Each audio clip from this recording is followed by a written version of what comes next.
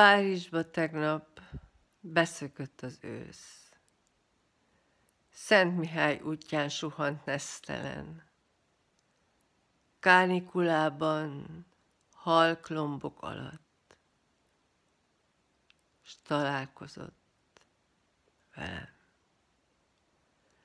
Balagtam éppen a Szajna felé, s égtek lelkemben kis rőzsedalok, füstösek, furcsák, búsak, bíborak, arról, hogy meghalok.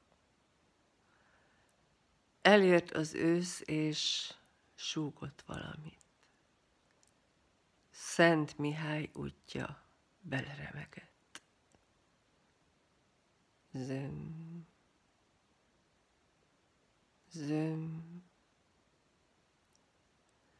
Röpködtek végig az uton tréfás falevelek. 1 perc. A nyár meg sem hőkölt belé, s Párizsból az ősz kacagva szaladt. Itt járt. S hogy itt járt,